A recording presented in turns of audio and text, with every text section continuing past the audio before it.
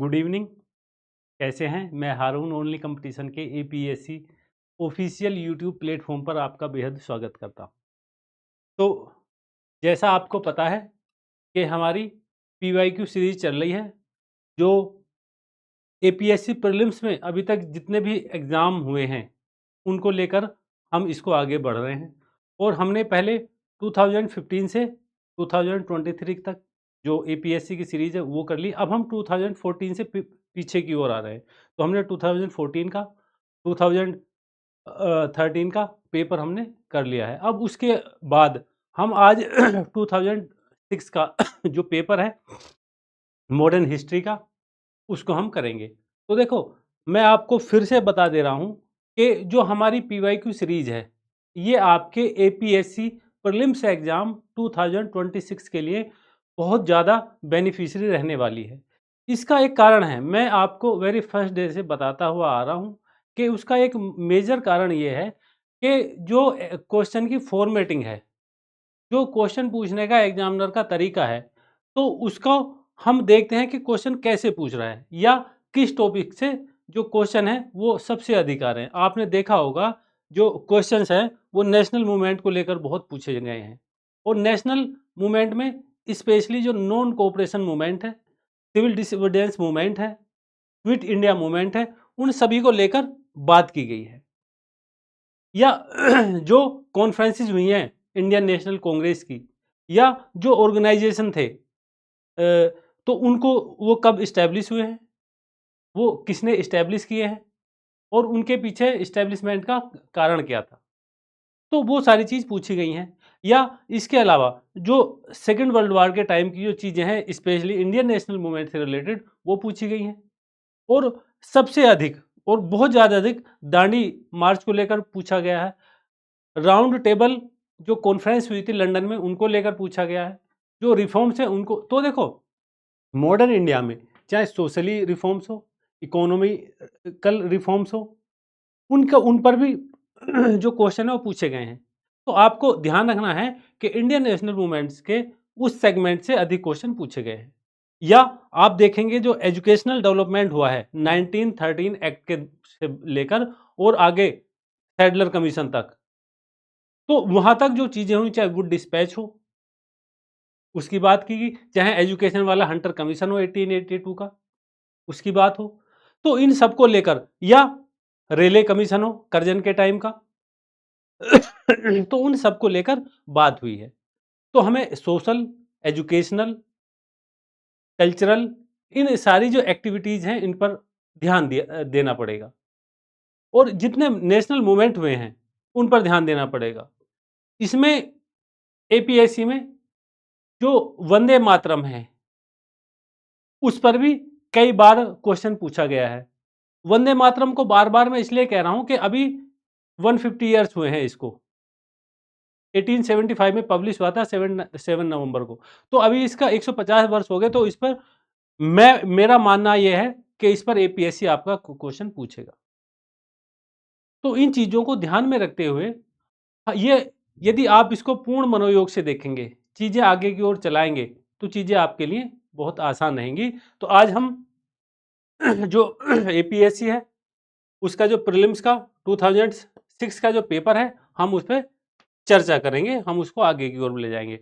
APSC 2006, तो देखो 2000 2015 से हम आगे की ओर चले 2024 तक। अब हम 2015 से पीछे की ओर आ रहे हैं। तो यानी कि जहां तक भी हमें क्वेश्चन मिलेंगे हम आपके लिए क्वेश्चन डिस्कस कराएंगे। तो पीवाईक्यू है किसी भी एग्जाम में पास होने की कुंजी, आपको ध्यान रखना है। ये पीवाई आपने क्या हुआ, मैंने आपको वेरी फर्स्ट डे क्लास में बताया था कि दूध से क्रीम निकलती है, उसकी एक प्रोसेस है।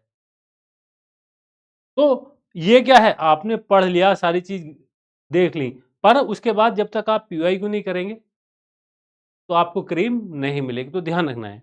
पहले क्वेश्चन की ओर चलते हैं। पहला क्वेश्चन है कि who were the famous book called long walk to freedom.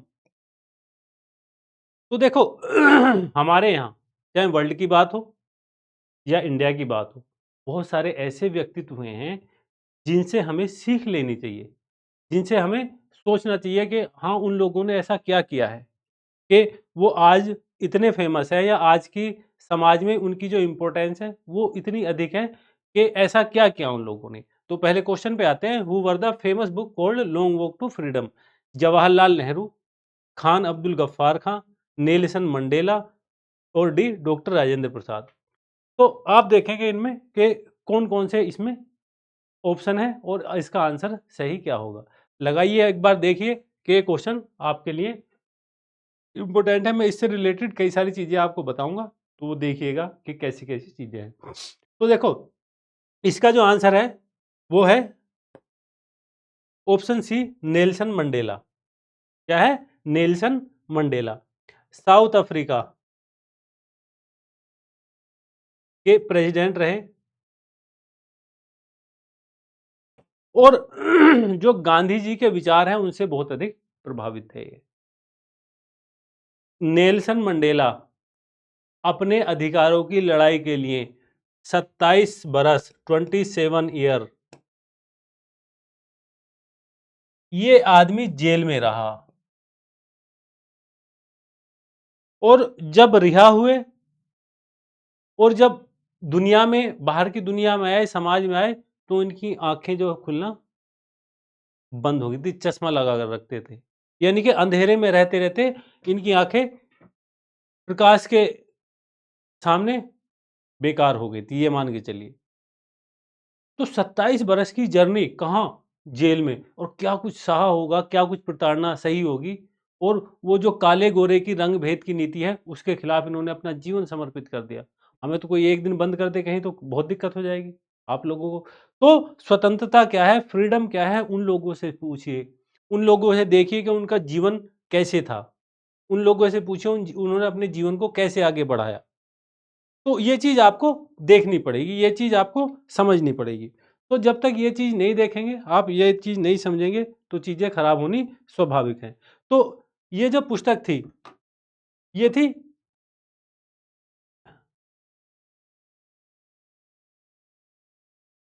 Long walk to freedom. किसकी थी? नेल्सन मंडेला की। ध्यान रखना है आपको।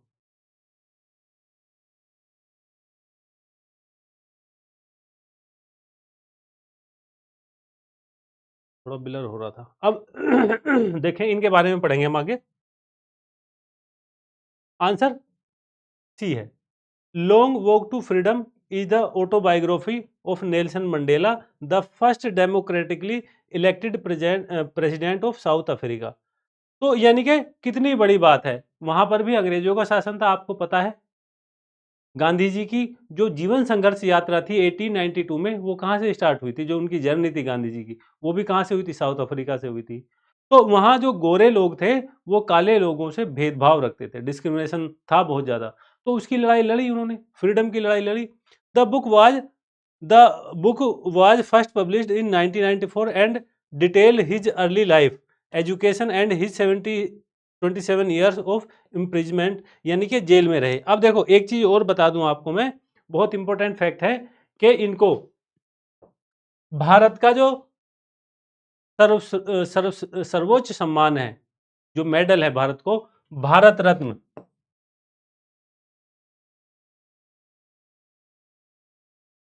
वो भी इनको दिया गया था। यानी कि क्यों? क्योंकि गांधीवादी कार्यकर्ता थे, और गांधीवादी कार्यकर्ता से ऊपर देखिए, इन्होंने अपने जीवन को ऐसे संघर्ष में बदला जहां पर इन्होंने 27 बरस, और दूसरी चीज, एक चीज और बता दूं आपको, नेल्सन मंडेला राज परिवार से थे। इनके जो पूर्वज थे वो राज परिवार से ताल्लुक रखते थे, परंतु इन्होंने सब कुछ छोड़ा, आप पढ़िए इनको। और उसके बाद लड़ाई लड़ी किनकी? जो जिनको हम आज कॉमन मैन कहते हैं, उनकी लड़ाई लड़ी। तो वहीं हम देखेंगे, तो इन्होंने बुक लिखी और इनको भारत रत्न भी मिला था। कब दिया गया था इनको? 1990 में भारत रत्न मिला था, और ये पहले इलेक्टेड प्रेसिडेंट बने वहां के, साउथ अफ्रीका के। आगे पढ़ते हैं। अच्छा, वो उसमें former South African president Nelson Mandela was awarded India's highest civilian honour, the Bharat Ratna, in 1990 for his role in the anti apartheid movement. तो देखो, इन्होंने जो रंग भेद की नीति थी वहाँ उसके खिलाफ मूवमेंट चलाया और उसी मूवमेंट के कारण इन्होंने अपने देश के लोगों को अवेयर किया और इनको भारत रत्न मिला। The United Nations general assembly declared 18 जुलाई, देखो ध्यान रखना है, इंपॉर्टेंट फैक्ट है, जो भी कोई चीज है फैक्ट है वो वहीं से इर्द गिर्द घूमता है, ऐसा नहीं है कि कोई विशेष आता है। यदि हम उसको सही तरीके से पढ़ लेते हैं, सही तरीके से देख लेते हैं, तो चीजें वहीं से ही आती हैं, कवर होती हैं। अब इसमें देखना है कि 18 जुलाई नेल्सन मंडेला इंटरनेशनल डे, यानी कि 18 जुलाई को नेल्सन मंडेला इंटरनेशनल डे किसने घोषित किया है? यूनाइटेड नेशन की जनरल असेंबली में in November 2009 to recognise Nelson Mandela's contribution to culture, peace and freedom. तो यानी कि 18 जुलाई को जो है क्या है? Nelson Mandela day United Nations ने जो है घोषित किया था, कब? 2009 में। तो अब क्या है, किसके लिए? उन्होंने शांति के लिए और स्वतंत्रता के लिए अपने जीवन को अर्पित कर दिया, कुर्बान कर दिया। तो उन्हीं के संदर्भ में क्वेश्चन है। तो समझ आया नेल्सन मंडेला की जर्नी, कैसे स्वतंत्रता को, कैसे शांति को, कैसे डिस्क्रिमिनेशन को, कैसे अपने राइट्स को आगे बढ़ाने के लिए एक व्यक्ति कहां से कहां गया। तो हम क्या सीखते हैं? हम ये सीखना चाहिए कि हम कैसे अपने आप को, अपने देश को, अपने राज्य को, अपने क्षेत्र को, अपने सर्किल को हम कैसे आगे ले जाएं, कैसे उसको इस तरीके से आगे बढ़ाएं कि चीज़ें हमारे फेवर में हों। तो यदि हम इन चीज़ों को सोचेंगे, इन चीज़ों पर विचार करेंगे, तो कहीं ना कहीं हमारी जो चीज़ें हैं वो आगे की ओर बढ़ेंगी। अगले क्वेश्चन की ओर चलते हैं। The first governor general of British India was. अब देखो, ये क्वेश्चन कई तरीके से पूछा जाता है, ठीक है।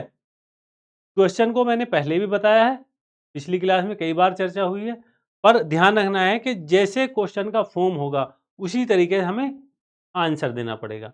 The first governor general of British India was, तो यानी कि ब्रिटिश इंडिया का पहला गवर्नर जनरल कौन था? क्या रॉबर्ट क्लाइव था?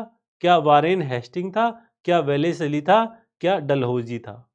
आपको ध्यान रखना है कि यहाँ जो क्वेश्चन जो पूछना चाह रहा है वो यही है कि एक तो हमें देखना है जो टर्म है वो क्या है। तो इसमें पूछा गवर्नर जनरल, क्या पूछा? Governor general. तो यहां रॉबर्ट क्लाइव जो था वो गवर्नर था बंगाल का 1765 में, पहला सॉरी 1757 में, तो वो गवर्नर था। परंतु यहां बात किसकी कर रहे हैं हम? गवर्नर जनरल की। तो गवर्नर जनरल वेलेस्ली भी था, डलहौजी भी था, वारेन हेस्टिंग था, पर हम यहाँ के कौन आएगा? Warren Hastings.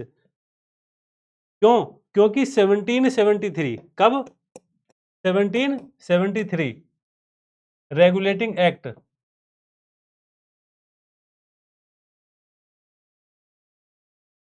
आया था और इसमें वारेन हेस्टिंग्स को बंगाल का, देखो ध्यान रखना है क्वेश्चन किस तरीके पूछता, कहाँ का? बंगाल का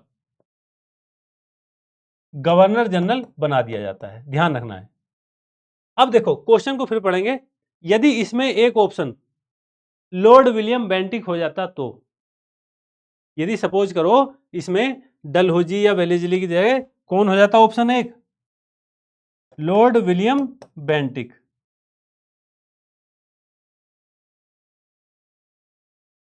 तो अब क्या क्वेश्चन बदलता?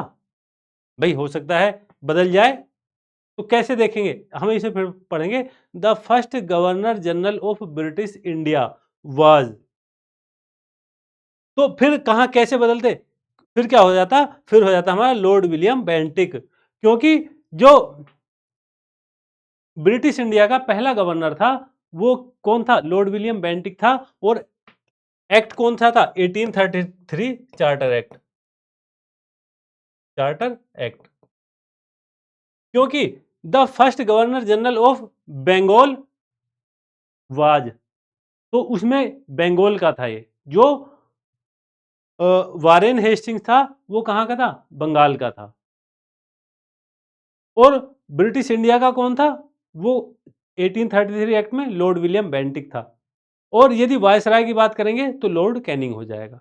इस पे आगे की ओर बढ़ते हैं। ठीक है, तो ध्यान रखना है, इसमें सारी चीजें थी। नेक्स्ट क्वेश्चन की ओर बढ़ेंगे आगे।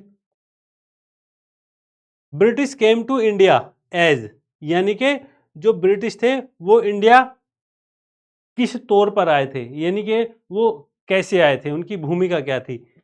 इन्वेडर के तौर पर आए थे, रिलीजियस प्रोपेगेटर के तौर पर आए थे, ट्रेडर के तौर पर आए थे, या रिफॉर्मर के तौर पर आए थे। यानी कि वो उनका आने का, जब वो आए थे तो किस रूप में आए थे, उनका क्या स्वरूप था। तो अब यहां देखेंगे 4 ऑप्शन दे रखे हैं। इन्वेडर हैं, रिलीजियस प्रोपेगेटर हैं, ट्रेडर हैं, और फोर्थ पॉइंट है रिफॉर्मर।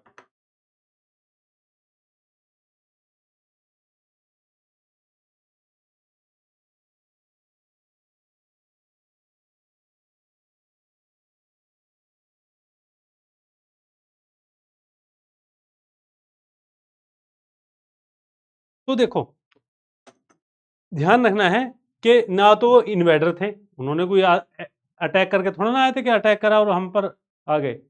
या रिलीजियस प्रोपेगेटर, वो कोई धर्म बदलने के लिए नहीं आए थे उस टाइम। बाद में हो सकती चीजें क्या बदली, कैसे बदली, किस तरीके बदली, पर जो प्राइमरी जो कंसर्न था उनका, वो क्या था, ट्रेडर का था। यानी कि वो व्यापार करने आए थे, व्यापारी थे। आपको ध्यान होगा दिसंबर 1600 में महारानी Victoria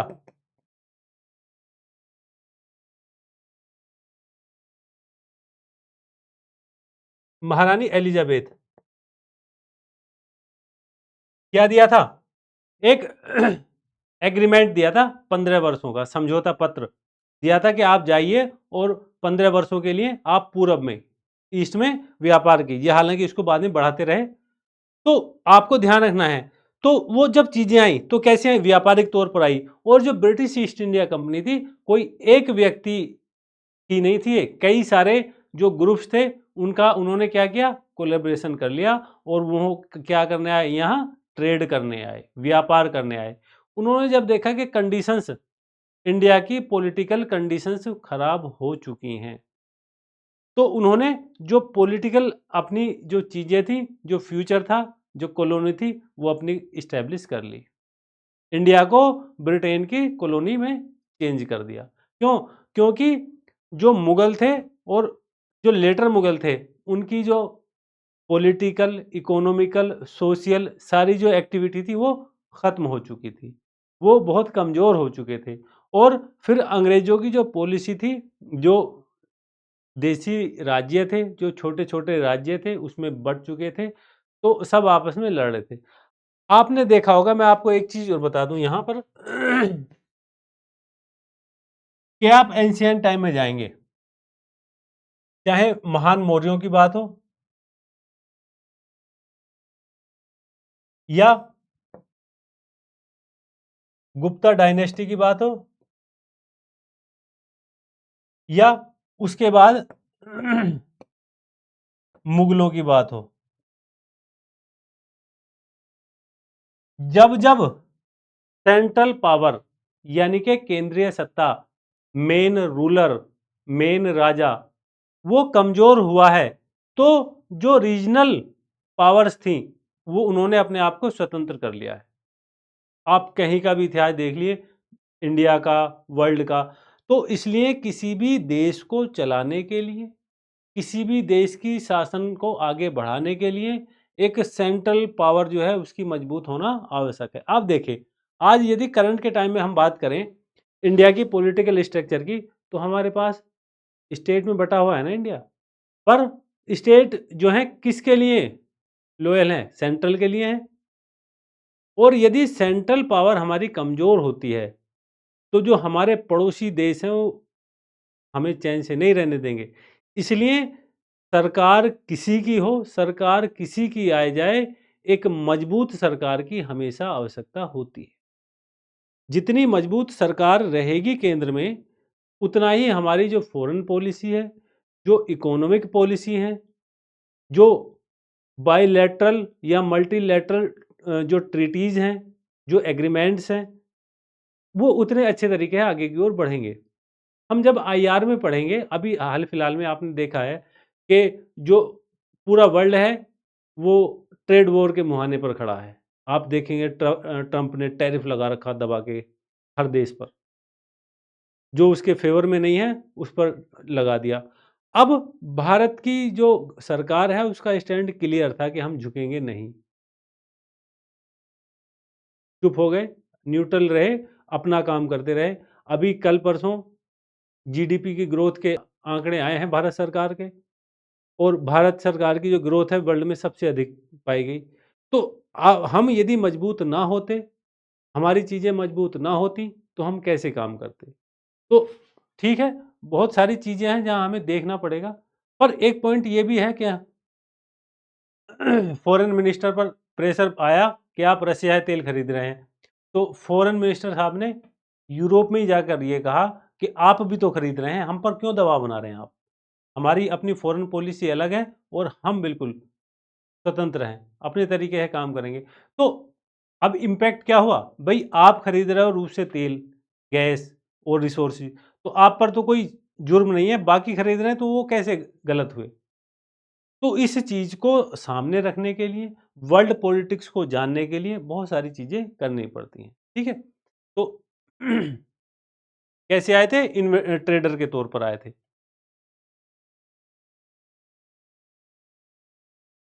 The British first came to the India's 17th century through the East India Company with the primary purpose of trade, which gradually evolved into political and military intervention leading the territorial control. तो यानी कि वो पहली बार जब आए तो किसके लिए आए थे? ट्रेड करने के लिए आए थे, ट्रेडर थे। पर देखा उन्होंने जैसे चीज़ें आगे की ओर बढ़ी, पॉलिटिकल पावर्स इंडिया की कमज़ोर हुई, तो उन्होंने क्या किया? जो स्टेट थे, पॉलिटिकल चीज़ें थी, उनमें क्या करना स्टार्ट कर दिया? वहाँ इंटरफेयर, और चाहे मिलिट्री हो, कुछ भी हो, फिर उन्होंने इकोनॉमिकली चीज़ों को कमज़ोर किया और उन्होंने अपनी इंडिया को कॉलोनी बना लिया। क्वेश्चन समझ आएगा, उम्मीद है। नेक्स्ट चलते हैं। The battle of Buxar was fort in, important है, 1763, 1764, 1765 या 1784? देखिए, बताइए।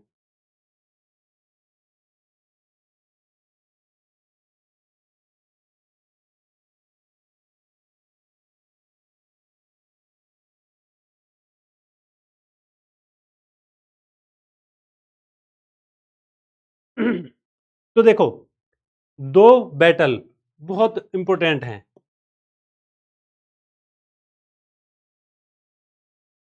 बैटल ऑफ प्लासी और दूसरी है बैटल ऑफ बक्सर।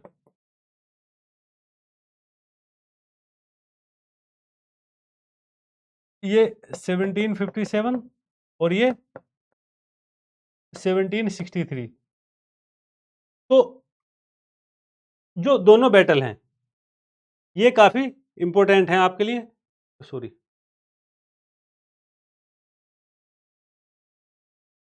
हाँ, तो ये काफी इंपॉर्टेंट बैटल हैं आपके लिए। तो जो ये बैटल हुई थी, पहले हम प्लासी की ओर चलते हैं।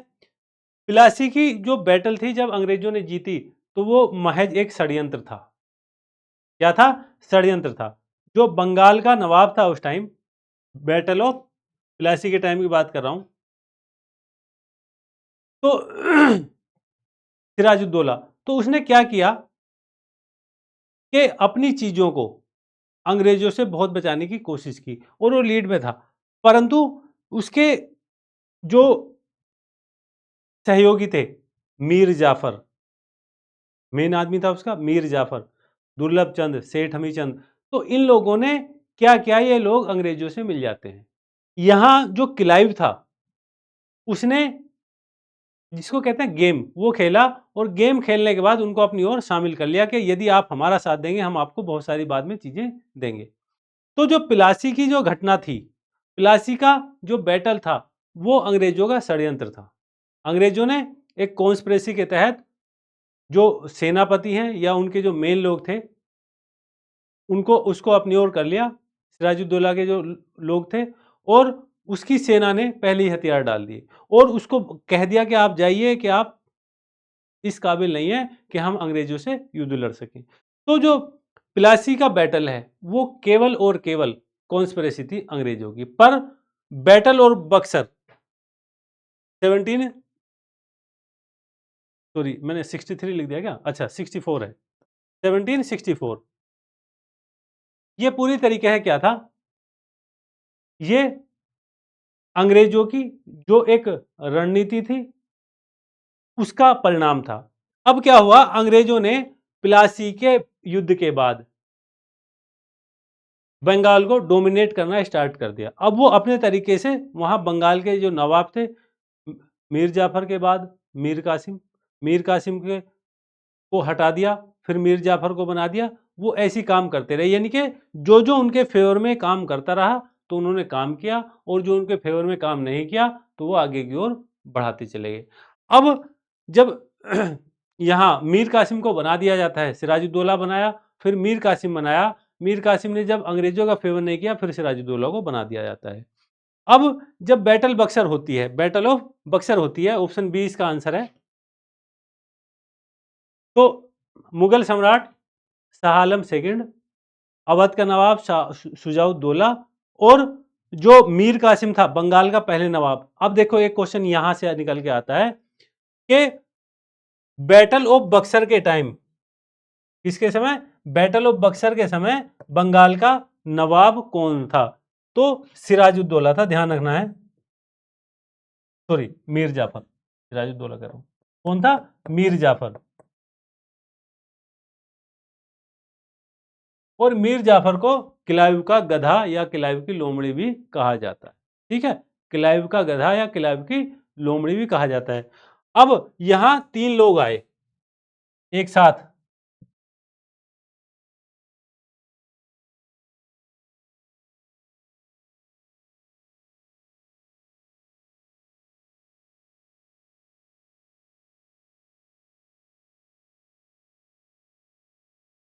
बक्सर में 3 लोग एक साथ आए।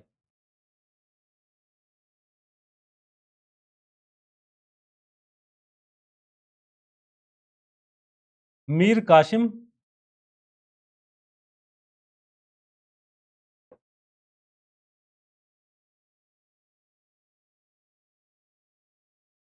नवाब ऑफ अवध शुजाउद्दौला,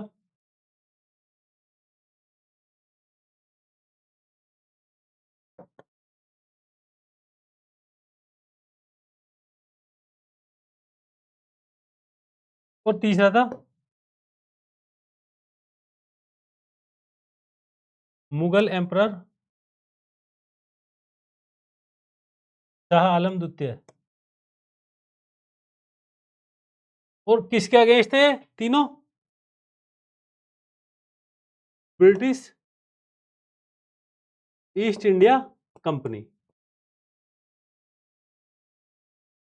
इसके अगेंस्ट थे, और दोनों में लड़ाई हो जाती है, यानी कि दोनों में युद्ध होता है। कहां पर? बक्सर में।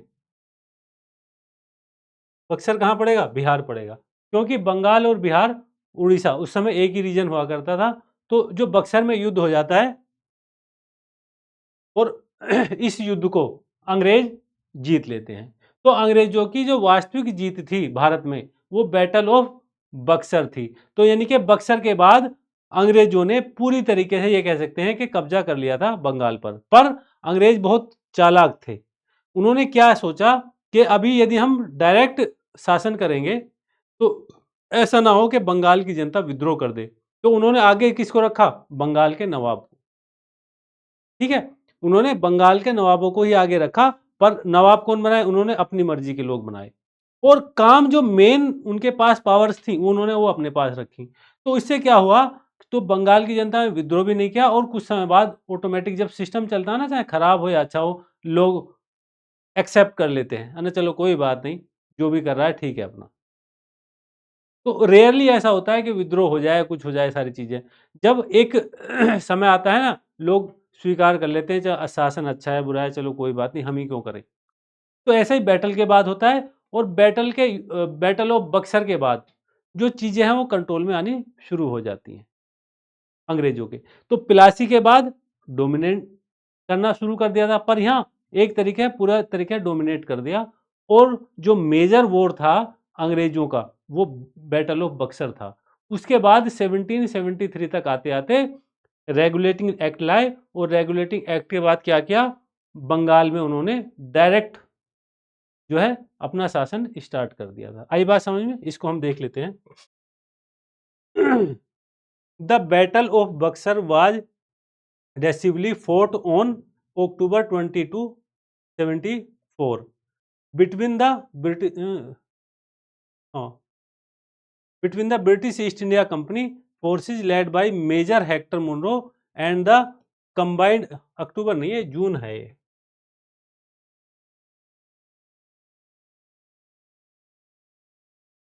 जून आएगा ये। And the combined armies of Mir Qasim nawab of Bengal, Shujauddaula nawab of Awadh and Mughal emperor Shah Alam second. तो इन तीनों का कॉम्बिनेशन था और अंग्रेजों ने उसको हराया। The two treaties of Allahabad were executed by the Robert Clive of the British East India Company after the battle of Buxar 75। These treaties mark the beginning of British political and administrative control in India. तो ये चीजें आपको देखनी पड़ेंगी, ये चीजें समझनी पड़ेंगी। तो जो बंगाल का शासन था उसमें जो चीजें हुई वो इस तरीके से लाए गए कि हमें क्या करना है, कि कैसे करना है। तो उसमें क्या हुआ कि जब चीजें आगे की ओर बढ़ी तो ये जो त्रिगुट था, जो तीन लोग एक साथ थे, उनको अंग्रेजों ने हरा दिया। अब जब हराया तो यहां डायरेक्ट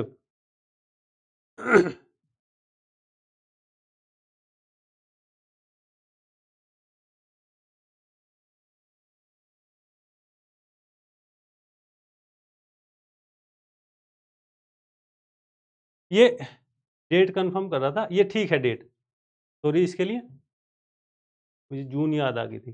तो ये 22 अक्टूबर ही है डेट, इसकी ध्यान रखना है, बैटल ऑफ बक्सर की। तो यहाँ जो वास्तविक चीजें हैं, जो वास्तविक चीजें हैं वो आगे की ओर चली गई, और यहाँ इन्होंने अंग्रेजों ने अपना डोमिनेट कर लिया पूरी तरीके से। और यहाँ देखो दो ट्रीटी हैं, अगस्त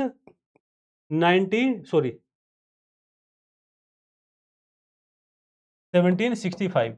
अब इसमें जो एक ट्रीटी थी वो सुजाउद्दौला के साथ हुई, और एक ट्रीटी मुगल बादशाह जो एम्परर था उस टाइम का, शाह आलम सेकंड, इसके साथ हुई। तो इन दोनों ट्रीटी में जो वहां सॉरी जो वहां जो दीवानी अधिकार थे वो ले लिए, यानी कि जो रेवेन्यू जो राइट थे वो सारे ले लिए, और बहुत सारा जो क्षेत्र था वो उनसे ले लिया कि अब रेवेन्यू के जो राइट्स हैं हमें दीजिए। तो उससे क्या हुआ, सारा खेल पैसे का है इस दुनिया में। यानी कि आज जो लड़ाई हो रही है या टैरिफ वॉर जो हो रहा है, सारा किसके लिए हो रहा है, पैसे के लिए हो रहा है। हर देश, हर व्यक्ति, हर नागरिक यही चाहता है कि अधिक से अधिक में पैसा कमाओ। तो सारी लड़ाई किसके लिए है, पैसों के लिए है। सारी चीजें किसके लिए हैं, पैसों के लिए हैं। तो वही चीजें आगे की ओर बढ़ रही हैं। तो यहां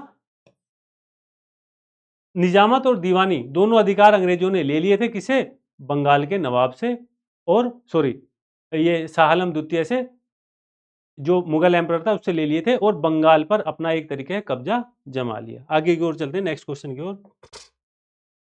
विच factory in Bengal was established by the Dutch. Important question है। डचों ने यहां बहुत सारी फैक्ट्री स्टेब्लिश की थी।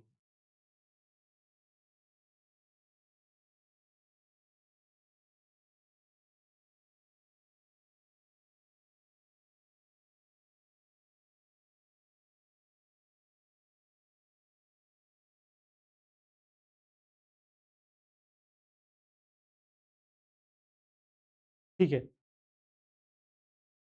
तो देखो which factory in Bengal was established by the Dutches. Bandel थी, हुगली थी, सेरामपुर थी, चिंचूरा थी। चार ऑप्शन है आपको बताने हैं कि इन्होंने बंगाल में। जो डचीज थे, डचीज कहाँ कौन थे? नीदरलैंड, जिसको नीदरलैंड बोलते हैं आप, या हॉलैंड, वहाँ के जो कंपनी थी। और उन्होंने अपनी जो कंपनी स्टैब्लिश की, क्या बंडेल में की थी, हुगली में की थी, श्री रामपुर में की थी, या चिंसुरा में की थी? तो ये चार ऑप्शन है, आपको बताने हैं।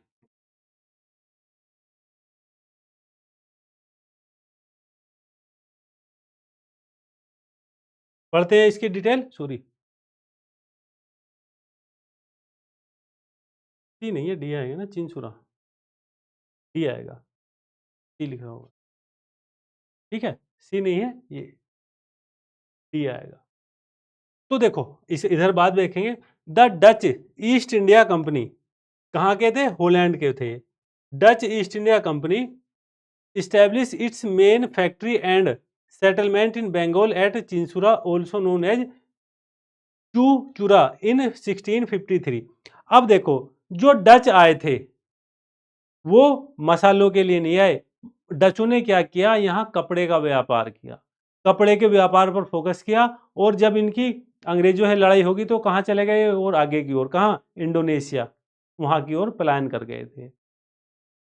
This factory known the fort Gustav, इसको क्या कहा जाता है? फोर्ट गुस्ताव भी कहा जाता है। Became the headquarters for all Dutch trade agencies and factories in the Bengal region. तो यानी कि जो बंगाल का जो डचों का सेंटर था, वो मेन कौन सा था? आपको ध्यान रखना है कि ये चिंसुरा था, जिसको चूचुरा भी कहते हैं।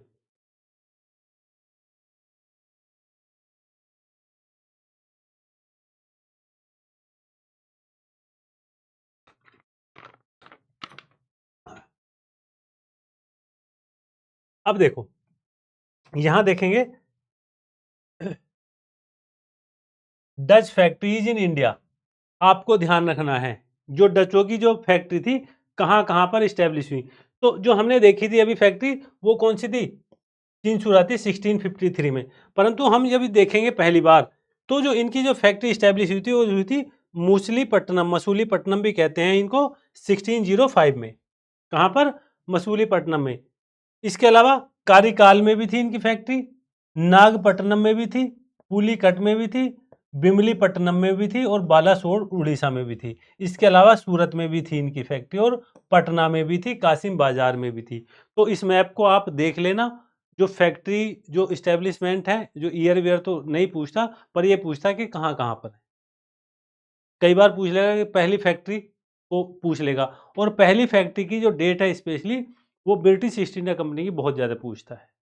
ठीक है, तो जो डच थे वो कपड़ा व्यापारी थे मेनली यहाँ। अंग्रेजों ने उनको भगा दिया और फिर कहाँ चले गए? ये इंडोनेशिया चले गए।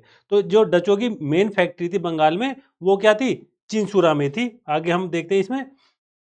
Portuguese were the first to establish a factory at Bandel in 16th century.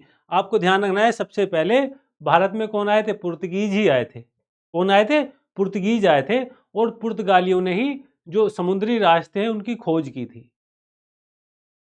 Portuguese शासक था हेनरी नेविगेटर। देखो, आप देखते होंगे अपने मैप में, जो ग्लोब है, अपना फोन है, तो यहाँ कॉन्टिनेंट है, north America, south America, Africa, Europe, Asia, ये सारी चीज।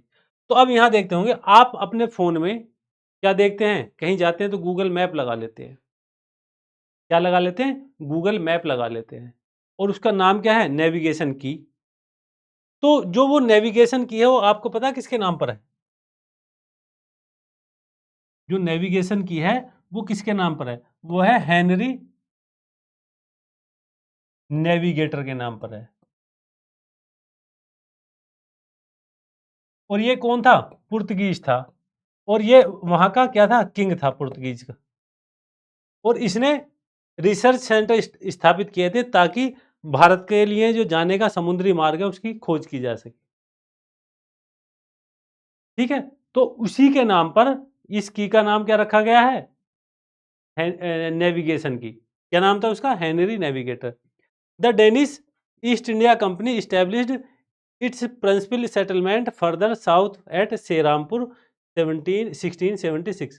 तो यानी कि सेरामपुर में कौन आए थे? डेनिश आए थे। The British East India company eventually made Calcutta जिसको फोर्ट विलियम कहते हैं, it's main headquarter after initially having factory eight Hooghly.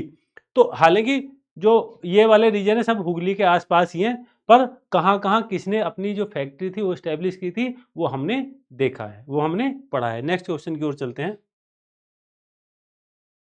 Who is the author of the book poverty and un British rule? Important है, हर exam में आती है, चाहे UP का हो, यूपीएससी हो, एपीएससी हो, कहीं ना कहीं आप जरूर, इतनी इंपॉर्टेंस है इस बुक की।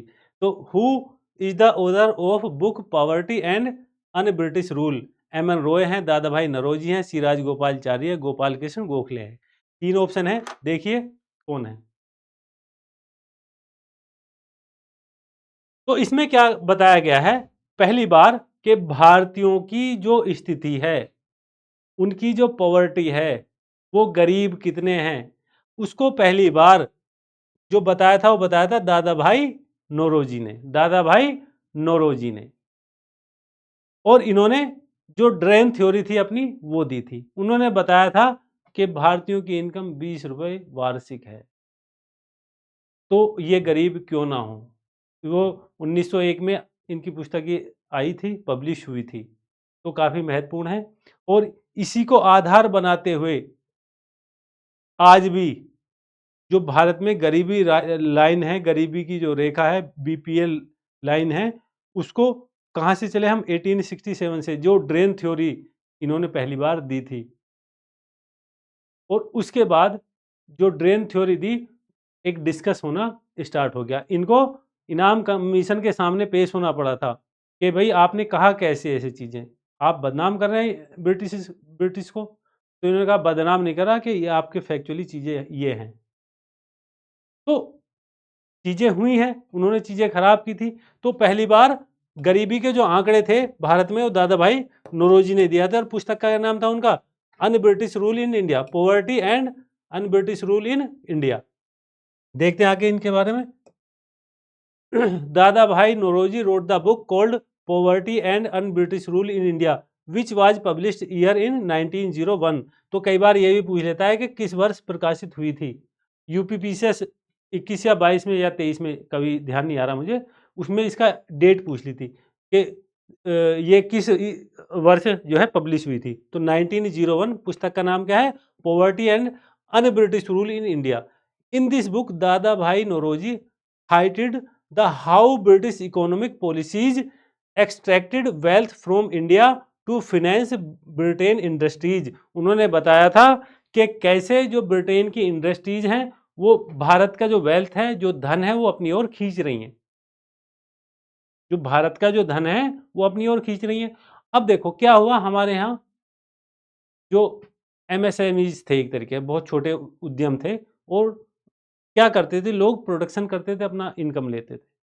अब इन्होंने आके क्या किया ब्रिटिशर्स ने, कि उन पर चोट की पहली बार। क्यों? वो चाहते थे कि ये कच्चा माल हमें दें, जो रॉ मटेरियल हमें दें, और जो ब्रिटेन में जो इनकी फैक्ट्रियां लगी हैं वहां से माल बन के आए और हम इनको फिर बेचें। अब देखो उसमें एक चीज हुई कि एक व्यक्ति, जैसे अभी मैं एग्जांपल दे दूं आपको, सड़क खोदने के लिए, सड़क बनानी है, सड़क खोदनी पड़ेगी, तो जेसीबी बहुत तीव्र गति से काम करेगी।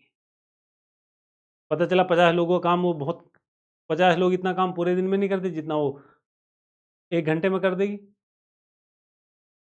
तो अब लोग किसको, तो बाकी लोग तो रोजगार बेरोजगार हो गए। तो इसी तरीके क्या हुआ कि जो रॉ मटेरियल है, सपोज करो कपड़ा किससे बनना है, कपास से, कॉटन से। तो अब इन्होंने क्या किया, जो हमारे यहाँ ट्रेडिशनल फैक्ट्री थी वो बंद करा दी, क्योंकि ट्रेडिशनल वे में आदमी को ज़्यादा मेहनत करनी पड़ती, तो उसकी जो कॉस्ट है वो भी ज़्यादा जाती है। अब जो उनकी मशीन थी वो उनको सही तरीके मेंटेन करके वो भेज देती और सस्ता होता था।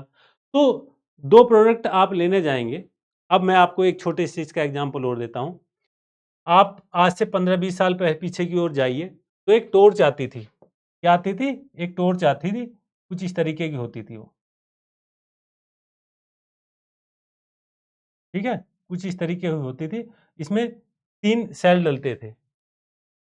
ठीक है, तो जो ये इस टॉर्च की जो प्राइस था लगभग 200 से 250 रुपये होता था उस टाइम। आज से 20 साल पहले, तो यानी कि रुपए की वैल्यू कितनी हो रही होगी। और ये जो सेल था ये 7-8 रुपए का एक आता था, और ये 3-4 दिन चलती थी, उसको भी धीमे-धीमे करके जलाते थे, 8 दिन 10 दिन बस मैक्सिमम।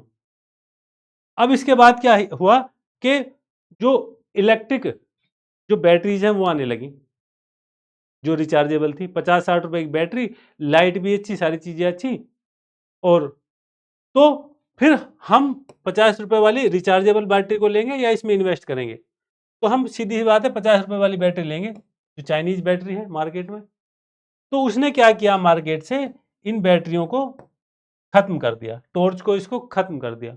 तो ऐसे ही जो ब्रिटिश ईस्ट इंडिया कंपनी ने भारतीय जो कपड़ा कारीगर थे, जो बुनकर थे, उनके धंधा ऑटोमेटिक चौपट हो चुका। बस हम क्या करते थे, कच्चा माल भेजते थे, तो उससे क्या हुआ कि जो हमारी इनकम थी कहाँ पहुंच गई, ब्रिटेन। और जो बची कुची चीज थी वो अपने प्रोडक्ट को कहाँ लाते, इंडियन मार्केट में। और इंडियन मार्केट में लाने के बाद क्या करते थे, हम खरीदते थे उनको। भारत बड़ा बाजार रहा है हमेशा से ही। तो यानी कि दोहरी चोट की हम पर। तो उसी पुस्तक में ये बताया गया था कि कैसे उन्होंने फाइनेंशियल चीजें खराब की, और इसको क्या गया, ड्रेन ऑफ वेल्थ, इसको नाम दिया। आई बात समझ में? उम्मीद है आ रही होगी।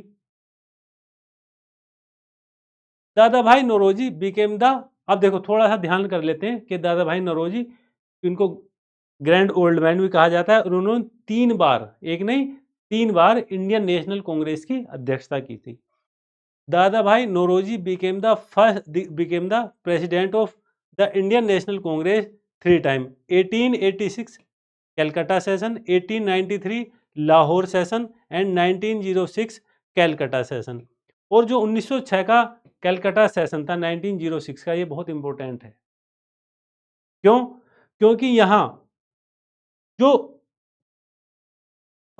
एक तरीके से चेंजर लोग थे, प्रो चेंजर जिनको हम कह सकते हैं, वो चाहते थे कि जो अब कांग्रेस है, कांग्रेस अब उस तरीके से काम ना करे जैसे वो पहले से करती आ रही है। अब उनको अपनी पॉलिसी चेंज करनी पड़ेगी। तो नरम दल गरम दल चीज़ों में लड़ाई हो गई, और लड़ाई होने के चांसेस थे। तो बहुत सारे लोगों ने, क्योंकि दादा भाई नौरोजी की जो प्रतिष्ठा थी वो बहुत अधिक थी, वो सभी लोगों में बहुत लोकप्रिय थे, और सब उनको बड़े सम्मान के साथ देखते थे। तो उस विभाजन से बचने के लिए 1906 में इंडियन नेशनल कांग्रेस का जो प्रेसिडेंट है वो दादा भाई नौरोजी को बना दिया गया। हालांकि 1907 1907 सूरत अधिवेशन में क्या हुआ, कांग्रेस 2 टुकड़ों में बट गई और उसका विभाजन हुआ। Known as the grand old man of India, he was founding member of the Indian National Congress and played a crucial role in shaping its early objective, including the demand of Swaraj self rule in 1906 session. तो यानी कि इन्होंने कांग्रेस को, जो starting phase था कांग्रेस का, जब कांग्रेस का निर्माण हुआ था, तो उसमें काफी योगदान दिया था दादा भाई नौरोजी ने, उसको बनाने में, उसकी जो थॉट प्रोसेस है उसको आगे ले जाने में, उसको एक इतना बड़ा संगठन बनाने में जो अखिल भारतीय स्तर पर काम करे, उसमें जो एक बिग रोल प्ले किया था वो दादा भाई नौरोजी ने किया। और हाँ, 1906 का जो इंडियन नेशनल कांग्रेस का सेशन था, उसमें जो मेन टारगेट था, जो मेन ऑब्जेक्टिव था उसमें, वो था सेल्फ रूल, स्वराज। तो पहली बार हमें जो स्वराज है, मैंने आपको पहली वीडियो में बताया था, जो स्वराज है, सेल्फ रूल है, उसके बारे में जो बात की गई थी अंग्रेजों के सामने पहली बार, वो इंडियन नेशनल कांग्रेस के सेशन 1906 कैलकाटा सेशन में हुई थी, और उसके प्रेसिडेंट दादा भाई नौरोजी थे। ध्यान रखना है।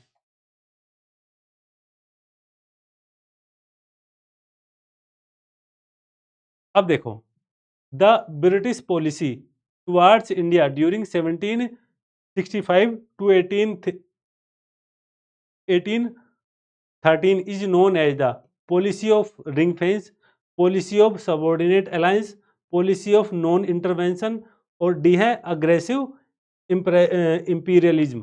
तो 4 ऑप्शन हैं, आपको ये बताने हैं कि जो ब्रिटिश पॉलिसी हैं वो 1765 से 1813 तक वो किस प्रकार की रहीं, रिंग फेंस की रहीं, या सबॉर्डिनेट अलायंस की रहीं, या नॉन इंटरवेंशन की रहीं या अग्रेसिव इंपीरियलिज्म की रहीं? तो आपको बताना है क्या है आंसर इसका।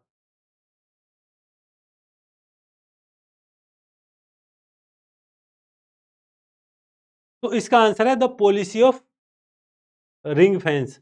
पॉलिसी ऑफ रिंग फेंस की पॉलिसी रही है। अब कैसे रही है कि अंग्रेजों ने जब रूल करना स्टार्ट किया, ये मेनली ना 1765 के इसलिए लिख रहे हैं क्योंकि बैटल और बक्सर के बाद डायरेक्ट इनडायरेक्ट वे में पूरा जो बंगाल का जो शासन था वो अंग्रेजों के कब्जे में आ चुका था।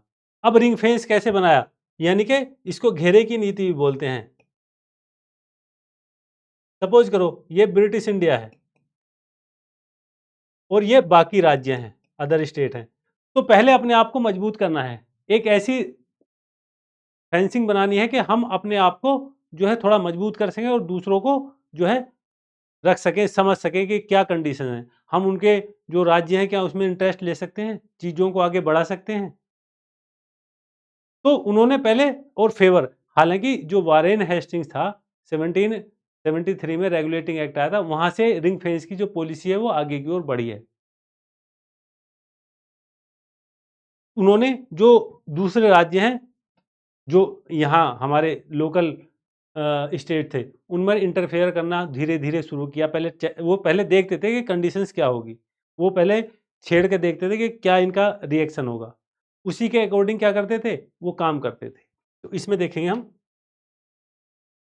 The ring fence policy was introduce Warren Hastings the first governor general of Bengal. ध्यान रखना है 1773 का जो रेगुलेटिंग एक्ट था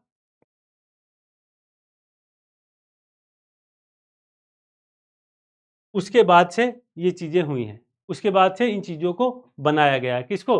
रेगुलेटिंग एक्ट के बाद बनाया गया था। First governor general of Bengal, कई बार बता दिया है। The policy of ring fence was primarily defensive and aimed the creating buffer zone the ring fences around the British East India Company territories especially Bengal to protect them for external threats such as the Marathas and Afghan invaders. अब देखो मैंने अभी आपको बताया है कि ring fence में क्या था कि पहले हमें अपने आप को मजबूत करना है और फिर हमें मजबूत करने के बाद जो दूसरे राज्य हैं उनसे अपने आप को कैसे बचाना है, कैसे चीज़ों को आगे बढ़ाना है, वही रिंग फेंस की policy. The state receiving military assistant were required to the bear of expenses of the company troops thus making them financially dependent while ensuring the security of British possessions। अब वो क्या करते थे कई बार इसमें कि जो अंग्रेज थे, अंग्रेजों को पता था ये आपस में लड़ रहे हैं, तो ये ऑफर कर देते थे चलो हम आपके साथ हैं, आप हमारी सेना रखिए, हमारे पास आधुनिक हथियार हैं, बस हमें थोड़ा पैसा दे दीजिए। पहले ये राज्यों को जो लोकल स्टेट हैं उनको अपना क्या बनाते थे, मित्र बनाते थे। मित्र बनाने के बाद कोरिलेशन हो जाता है, कोऑर्डिनेशन डेवलप हो जाता है, तो उनको सही लगता था ना, चलो ठीक है अंग्रेज तो हैं बढ़िया, कोई दिक्कत नहीं है, हमारा साथ देंगे। तो उल्टा अंग्रेज पैसा ले रहे हैं, अपनी आर्मी को भेज रहे हैं, तो वहाँ से उन्होंने धीरे-धीरे ये करना शुरू कर दिया।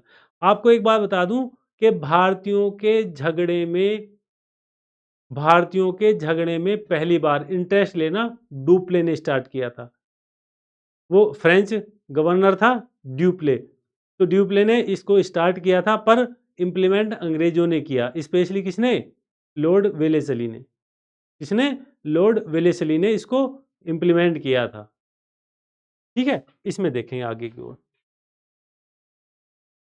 सबऑर्डिनेट अलायंस, दूसरा ऑप्शन क्या था? Subordinate alliance. Wellesley policy to subsidiary alliance was extension of ring fence. अब ये रिंग फेंस की जो पॉलिसी थी, सबऑर्डिनेट अलायंस जिसको हम बोलते हैं, तो ये क्या थी? उसका आगे एक्सटेंशन था, उसका विस्तार थी। इसमें क्या हुआ, अब जो भारतीय हैं, जो लोकल टेरिटरी हैं, जो लोकल स्टेट्स हैं, अब उनमें ये लड़ाई लगवाते थे। बोले एक्सेप्ट कीजिए, हमारी जो पॉलिसी है, हमारी जो ट्रीटी है उसको एक्सेप्ट कीजिए, हम आपके साथ हैं। पहले क्या थे रिंग फेंस में, कोई कहता था तो ये साथ जाते थे। अब क्या है, अब ये कह रहे हैं कि आप हमसे एग्रीमेंट कीजिए, हम आपके यहाँ सेना भी रखेंगे, आपको आपको खर्चा देना पड़ेगा ज़बरदस्ती, और लड़ाई करेंगे तो हम आपके साथ रहेंगे। और इसके अलावा अपना एक कंपनी का जो ये कहते थे कमांडर, कोई भी आर्मी का व्यक्ति उनके राज्य में रहता था। तो यानी कि एक तरीके पूरा डोमिनेट इन्होंने कर लिया था जो स्टेट थे इस पॉलिसी के द्वारा। तो वेलेजली की पॉलिसी हालांकि इंट्रोड्यूस किसने कराया था? ड्यूप्ले ने, फ्रेंच गवर्नर था ये, ठीक है। Which short reduce state to position dependence on British government in India. According this system every ruler in India had to accept to pay subsidy to the British for the maintenance of British army. तो यानी कि अब इन्होंने क्या किया, कहने लगे कि आप हमसे एग्रीमेंट कीजिए, अब जबरदस्ती करवाने लगे। कौन? वेलेजली। आइडिया किसका था? ड्यूप्ले का। In return British would protect them from their enemies which gave British enormous expansion. तो इस चीज को आगे उन्होंने बढ़ा दिया। समझ आई बात? रिंग फेंस में कोई ले रहा है हेल्प, वो एक अलग बात है। ये जबरदस्ती दे रहे हैं, भाई आओ हम आपको हेल्प देंगे, तो जबरदस्ती वाली पॉलिसी थी। आगे बढ़ते हैं हम। आगे है नॉन इंटरवेंशन। अंग्रेज जो थे क्या करते थे कि वो सिचुएशन देखते थे, ऐसे नहीं है कि वैसे कूद गए, तैरना आता नहीं पता चला नदी में तो कूद गए, डूबोगे तो है ही फिर। तो उन्होंने देखा कि रिंग फेंस की नीति में लोग लोकल जो स्टेट है वो कमजोर हो चुके हैं। तो जब चीजें हुई वो आगे की ओर बढ़ी तो उन्होंने जबरदस्ती इंप्लीमेंट कर दिया। उन्हें पता था यदि हम ऐसा करेंगे तो हम उस स्टेट को भी कमजोर करेंगे, दूसरे वाले को हराएंगे, तो उसको अपने क्षेत्र में मिलाएंगे ब्रिटिश इंडिया में, और फिर इस स्टेट को भी ब्रिटिश इंडिया में मिलाएंगे। तो एक तरीके बिल्कुल इंटरफेयर हो चुका था। अब यहां क्या हुआ? नॉन इंटरवेंशन, यानी कि कैसी पॉलिसी थी ये? हमें कोई हस्तक्षेप नहीं करना। और ये वेलेजली से पहले आई थी, 1793 से 1798, क्योंकि 1798 में वेलेजली गवर्नर बना और उसने अपने आगे पॉलिसी अपनाई। तो इसमें क्या था कि हम किसी प्रकार का जो लोकल स्टेट हैं, हम किसी प्रकार का कोई इंटरफेयर नहीं करेंगे। It aim to avoid direct interference in the internal affairs to Indian state to improve the East India Company's finances and later the ensure political stability to prevent further uprising। यानी कि क्या कर रहे थे? बोले नहीं नहीं, पहले हमने बहुत पैसा ले लिया है या जो चीज़ें हैं वो किसी भी प्रकार के कॉर्नवालिस के बाद, तो हम अपने आप को मेंटेन करेंगे, उसके बाद देखेंगे क्या करना है। तो यानी कि जैसे आप एग्जाम के लिए जाते हैं, आप सारी तैयारी करते हैं, उसके बाद अटैक करते हैं, आइए हम देते हैं एग्जाम। तो ऐसे इन्होंने क्या किया कि पहले क्या किया कि नॉन इंटरवेन किया, उसके बाद आगे बढ़ाइए। ठीक है, तो हम नेक्स्ट क्लास में मिलते हैं और उम्मीद है आपको अच्छा लगा होगा। और ये सीरीज हमारी डे बाय डे चलेगी, तो आप इसमें जितना अधिक से अधिक पढ़ सकते हैं, जितना अधिक से अधिक चीज़ों को देख सकते हैं, उनको कीजिए। नेक्स्ट क्लास में मिलते हैं। धन्यवाद।